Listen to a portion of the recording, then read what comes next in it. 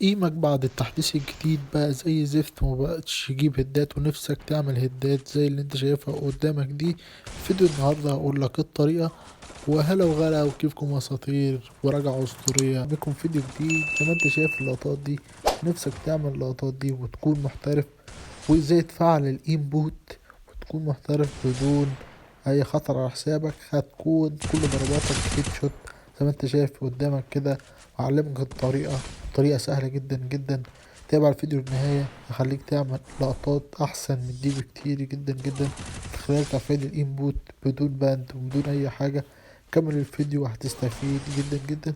وفي نهاية الفيديو هقول لكم الشرح بالظبط وازاي تحترفوا الهيد شوت زي ما انت شايف كده.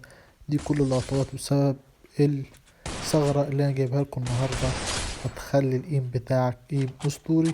تابع الفيديو للاخر.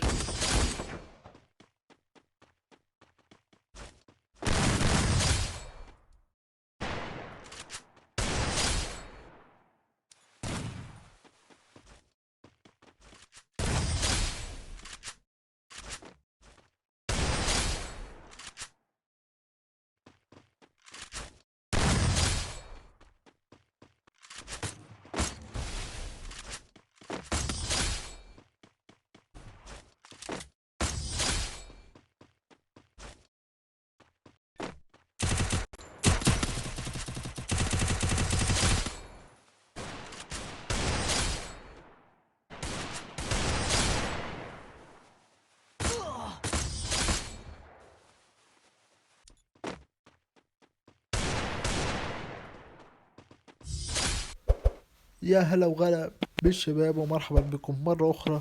وما دلوقتي هنوريكم الحساسية وزرار الضرب اللي هيفيدك جدا جدا في نسبة الهيد شوت، وتعمل لقطات زي ده وتخلي قيمك قيم بوت كل ضرباتك في الراس.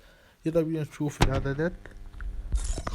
لما ندخل في الحساسية متنساش لو ما اشتركتش في القناة انزل دلوقتي اشترك وحط لايك واكتب لنا التعليق، حفزنا على الاستمرار. وعاوزين فيديو القادم يكون عن ايه؟ خش على اول حاجة على الحساسية. زي ما انت شايف كده العام 109 ونقطة حمراء 200 وعدسات 2 111 او 110 عادي، وعدسات 4 99 وعدسة القناصة 89 ونظرة حرة 131. طيب بقى لأهم حاجة التانية وهي زرار الضرب. زرار الضرب هتخليه 44 زي ما هو واضح قدامك كده، ما تغيرش في حاجة ولا تزود ولا تنقص، تخليه نفس العدد ده اللي هو 44%. وهيفيدك جدا جدا تعمل بيه لقطات أسطورية زي اللي انت شفتها في أول الفيديو. وكده وصلنا لكم لنهاية الفيديو. متنساش الاشتراك واللايك وتفعيل زر الجرس عشان يوصلك كل جديد. كان معكم أخوكم سوستا. سلام.